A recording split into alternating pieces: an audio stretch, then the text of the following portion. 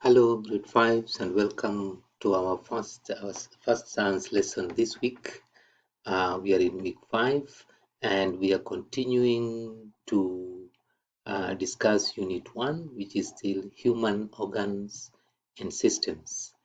Now, in this lesson, the objectives that we'll be looking at: one, we should be able to state the functions of the teeth, the stomach, the small intestine, the large intestine, and the anus. We should also be able to explain why these functions are essential for the body's health. Uh, the functions of these organs are essential for the body's health. Now, we'll start by discussing the functions of the teeth. Now, this is a typical tooth. The tooth has two parts. The upper part is called the crown, the dental crown, and the lower part is called the root, tooth root area. You can see the structure of the tooth is the outer layer here. This is the enamel, the hard part, the dentine, the gum, the dental pulp around here, cementum, and periodontal ligament, alveoli bone. So this is just the structure of a tooth. Now, the three main functions of teeth are: one, it's responsible for breaking down or masticating food into smaller uh, bits that you are able to swallow. Another thing that it does, it is enabling us to pronounce words and therefore being able to speak. Without the teeth, we are not able to speak. We are only able to speak because of the tooth. Now, the other function is shaping the face. Imagine how you'd look without the tooth. The tooth is housed in the, the, the jawbone, and that gives you some face in the structure. But without the teeth, we would not have a face. Now, permanent teeth are the teeth you use for your entire life. The first teeth that will grow are called milk teeth, which will eventually fall off. Then you grow the permanent teeth that you'll use for the entire life. Please take good care of your teeth by understanding their roles. Now, still on the teeth, the teeth, there are four types of teeth, and each one of them has a particular function. The incisors or the incisors are the ones that are found on the top, and their main function is to cut. They can cut, or they would bite. Then the next one, they are the sharp pointed. These are the canines, whose work is to tear and grasp. Now the next one, just before you reach the molars, and that's why they are called premolars. The premolars crush and tear. And then we have the molars, whose main work is to chew and grind. So these are the functions of uh, the teeth. Now from there we can come to from the teeth we move to the stomach.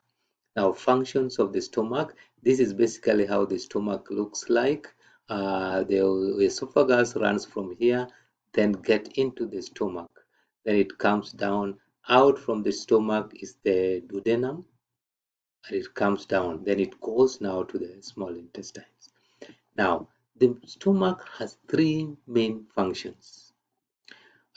One is temporary storage for food, which passes from the esophagus to the stomach, where it is held for 2 hours or even longer than that. It can even be held there in the stomach for even 3 hours. So the food, after you have swallowed the food from your mouth, it will go passes through the esophagus and then goes to the stomach, where it will be stored there for 2 hours or 3 hours. During that time, there are many activities that take place because the digestion has just started.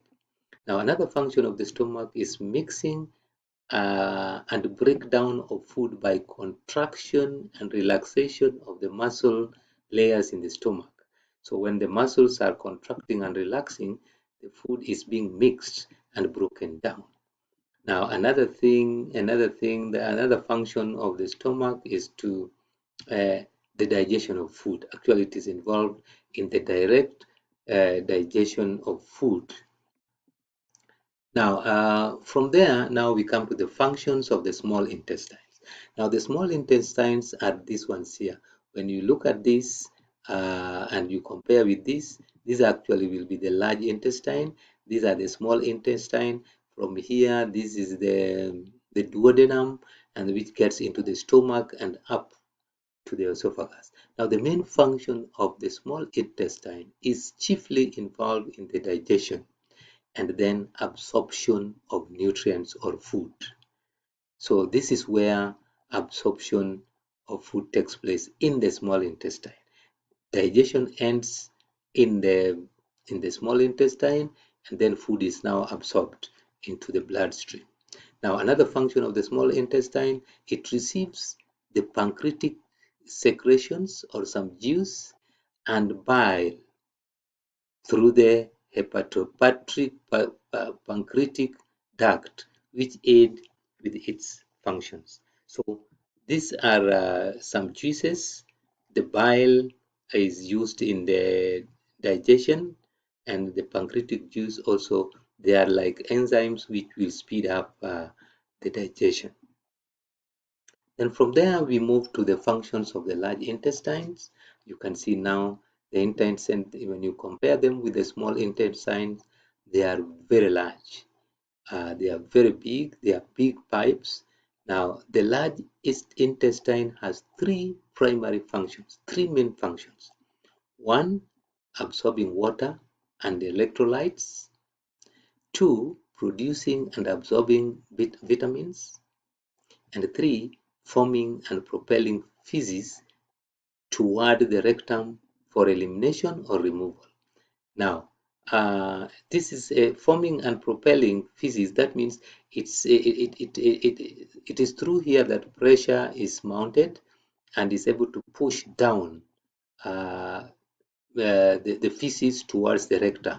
Rectum is the place where the feces is stored before it is eventually released. So it will be stored in the rectum until when it is big enough and now demands for removal.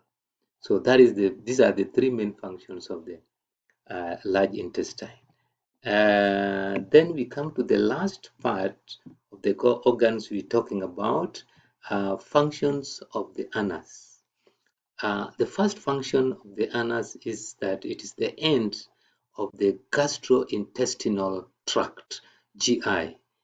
So it is the end of this tract because this is the part here. Now, the other function, when the rectum is full, the rectum is here where feces is stored before it is released. When the rectum is full, your body feels the urge to have a bowel movement. Now, at that time now, you feel like you need to go for a call, and then the internal anal sphincter relaxes and pushes the stool from the rectum into the anal canal. After that has happened, now you get relieved. The waste has now been discharged, and the cycle begins again. Now, those are basically the functions of those five organs. And when you look at the five organs that we just talked about, those organs are found in the digestive system, all of them. Now, let's just briefly look at the organs in the digestive system. Now, the alimentary tract of the digestive system. Alimentary tract is this part that runs from the mouth down to the anus. It is the alimentary tract. Now, It's composed of the mouth, where you will find the teeth, where digestion will start. The moment you start eating, then there are some glands here. The salivary glands will produce some saliva, which will make the food soft, and so that it can be swallowed. Now, so in the mouth, the teeth there, the pharynx, just this part here, just after the mouth, going down through your throat. Then you have the esophagus, all this line here. Then you come to the stomach, the small intestines, the large intestine, the rectum where feces is stored before it is released, and then the anus. Now, associated with the alimentary tract are also the following organs. Like we have the salivary glands, which I've said as you eat food, the saliva is produced here to help you swallow the food. The liver is there, which is responsible for removing waste and also producing dust, uh, bile that is stored in the gallbladder. The gallbladder is here, and then the pancreas. This is the pancreas is a leaf-like structure that you'd find somewhere here. So all these are connected with the digestive system. Now, with all that, that is enough to understand about those five organs in the digestive system and their functions and how they are important. The next thing that you do, you'd go to your Google Docs and then you try and answer the questions as elaborately as possible. One of the questions you'll find there is, why do you think these five organs are important for human health? After you looked at the slides, the video, you would get to understand why you think these five organs are important for human health. So you write that one down elaborately. Now, two, what would happen if one of the organs or two of them stopped working?